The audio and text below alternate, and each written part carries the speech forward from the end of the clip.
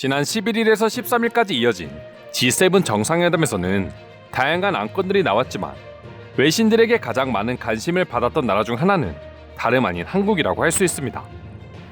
초청국 자격으로 방문한 한국의 정상회담 자리 위치를 가지고도 일부 한국 언론이 아니라 외신들이 기사로 보도할 만큼 한국의 인기는 그야말로 뜨거웠습니다. 이번 G7 정상회담에서 한국이 이처럼 관심을 받은 이유 중 하나는 바로 백신과 관련해 한국만이 가진 강점이었습니다. 백신 개발에 있어서는 미국이나 영국 등 서방 국가들이 큰 장점을 가지고 있긴 하지만 개발된 백신을 대량으로 생산하고 공급할 수 있는 기술력은 한국이 월등하다는 이유 때문이었죠. 독일이나 영국이 한국을 글로벌 백신 생산 허브로서 인정하고 적극적인 협력을 요청한 이유 역시 여기에서 비롯되고 있습니다. 그만큼 지금 전 세계는 백신을 얼마나 문제없이 생산하고 공급하느냐가 전 세계 국민들의 안전과 경제에 있어 가장 중요한 요소로 뽑히고 있고, 한국이 이를 이끌고 나가는 것은 아니더라도 충분히 중요한 역할을 하고 있는 위치라는 걸 모두가 인정하고 있는 것이죠. 뿐만 아니라 백신을 국민들에게 전파하는 한국의 발전된 시스템 역시 백신 접종에 있어 한국이라는 나라가 세계적으로 주목받고 있는 이유로 뽑히고 있습니다. 이번 G7 회담을 보면서 일부 외국인들이 이 세상 제일 거짓말쟁이는 한국인들이라고 표현한 이유 역시 이와 관련되어 나온 재미있는 반응이라고 할 수 있습니다. 그래프를 보시면 아시겠지만 한국의 백신 접종률은 불과 한두 달 사이에 수직 상승하고 있는 걸 확인할 수 있습니다. 그리고 이건 단순히 한국 내에서만 그런 것이 아니라 세계적으로 봐도 한국은 단연 독보적인 접종률 상승을 기록하고 있습니다. 해당 그래프를 보자마자 외국인들은 한국인들은 거짓말쟁이라고 표현하며 말 그대로 한국의 미친 수준의 빨리빨리 문화를 보고 충격의 반응을 보여줄 수밖에 없었던 것이죠. 불과 몇 달 전만 하더라도 한국인들은 백신을 제대로 공급받지 못하고 물량 역시 부족하다며 강한 불만을 쏟아냈고, 실제로 일본이나 다른 아시아 지역과 비교했을 때도 훨씬 늦게 백신 접종을 시작했습니다. 그래놓고 두 달 만에 세계 1위의 접종률 상승을 기록하고 있으니 외국인들 입장에서는 어이가 없을 것 같기도 합니다. 한때 K-방역으로 불렸던 한국이었지만 백신 접종이 시작되고는 무수히 많은 비난 여론을 받게 되었고, 외신을 통해서도 이런 점들이 많이 알려지기도 했었기 때문이죠. 해외 네티즌들 입장에서는 그렇게 망했다고 해놓고 결국에는 원래의 모습을 되찾고야 마는 한국인들의 모습을 보며 거짓말쟁이라고 말하기도 하고, 또 한 번 한국의 빨리빨리 문화를 극찬하기도 하는 것이죠.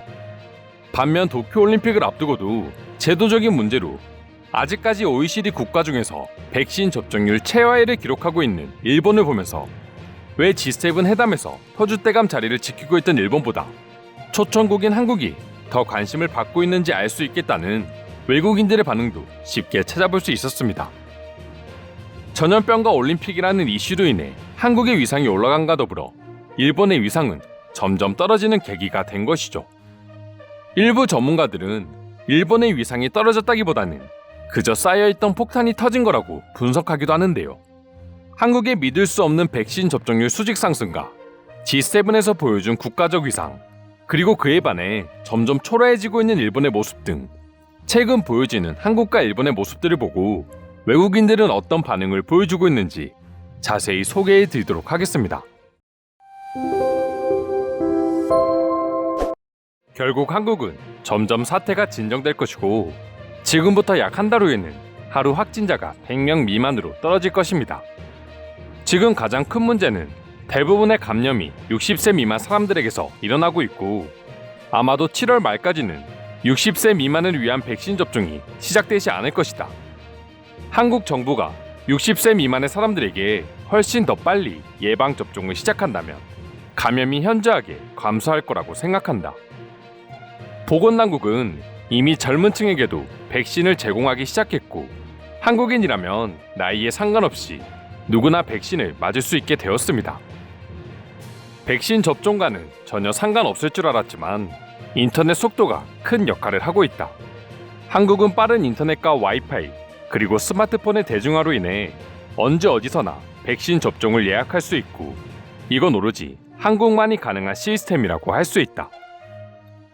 한국은 능력이 없어서 백신 접종을 늦게 시작한 것이 아니라 오히려 능력이 있기 때문에 늦게 시작한 것입니다.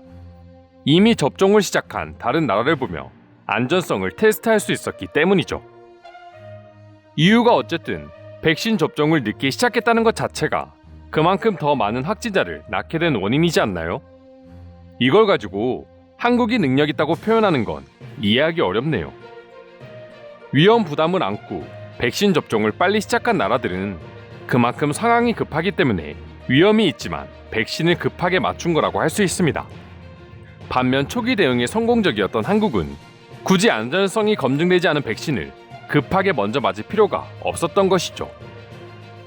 달리기에 자신 있는 선수가 휴식을 취하며 남들보다 늦게 출발해 결국 골인 지점에는 제일 먼저 도착하는 모습이라고도 볼 수 있어. 일본의 현재 정부 부채는 G7 국가들 중에서 최고를 기록하고 있고 세계적으로 봐도 매우 높은 부채를 가지고 있습니다. 일본의 정부 부채가 다른 나라에 비해 왜 이렇게 높습니까? 일본은 한동안 디플레이션 위기에 처해 있었습니다. 정부는 경제 부양을 위해 많은 지출을 하게 되었고 계속해서 부채가 축적되고 있습니다. 지금과 같은 일본의 몰락은 예고된 수순이었다. 모나코에 이어 세계에서 두 번째로 고령화가 진행되고 있고 세계에서 가장 낮은 출생률을 기록하고 있는 나라가 되어버렸다. 다른 건 다 제쳐두고 전염병에 대응하는 한국과 일본의 최근 1년 모습만 보더라도 진정한 선진국은 어디인지 누구나 알 수 있을 것이다. 정말 무섭습니다. 일본의 예방 접종률은 고작 5%대이고 올림픽이 한 달 앞으로 다가온 시점에서 8만 명의 선수, 외국인과 매일 접촉하게 되는 모든 올림픽 관련 일본의 직원들은 제대로 된 예방접종을 받지 못하고 있답니다. 이대로 올림픽을 개최하는 것이 과연 맞는 걸까요? 한국의 경우 백신의 도입이 늦게 시작되었지만 일본보다 훨씬 빠른 접종률을 보이고 있다. 일본인들이 분노하는 소리가 여기까지 들리는 것 같아. 지금 일본의 상황은 일본 사람들 역시 받아들이지 않고 있으며 올림픽 취소를 요구하고 나섰다. 일본인들마저 이렇게 행동하는 걸 보면 일본의 상황이 얼마나 최악인지 알 수 있으며 IOC는 돈보다 인명의 소중함을 더 깨닫길 바란다. 실제 일본의 예방 접종률은 상당히 낮고 바이든 대통령을 비롯한 G7의 지도자들은 이것에 대한 두려움을 가진과 더불어 일본의 능력을 더 이상 믿지 않고 있습니다. 한국의 G7 합류는 당연한 결과일지도 모르겠네요. 꼭 아시아에서 올림픽을 개최해야 한다면 1년 더 미루더라도 일본이 아닌 한국에서 개최하는 것을 고려해 주시기 바랍니다. 일본을 믿을 수 없어요. 과거에 일본은 미국, 독일 다음으로 인정받는 의료 강국이었습니다. 하지만 이제는 그 위치를 한국이 차지하게 되었고 G7의 정상들도 이를 받아들이고 있는 듯합니다. 이웃 국가인 한국과 비교되는 것을 일본인들은 상당히 싫어합니다. 하지만 한국과 일본 두 국가는 서로 다른 행보를 보이고 있고 그 결과가 지금 수치를 통해서 전 세계인들에게 전파되고 있습니다. IOC는 느끼는 바가 없습니까? 이상으로 한국과 일본의 달라진 유상에 대한 외국인들의 반응 소개해드렸습니다. 오늘도 끝까지 영상 시청해주셔서 감사드리며 여러분들의 구독과 좋아요는 영상 제작에 큰 힘이 됩니다. 이상 종크TV였습니다.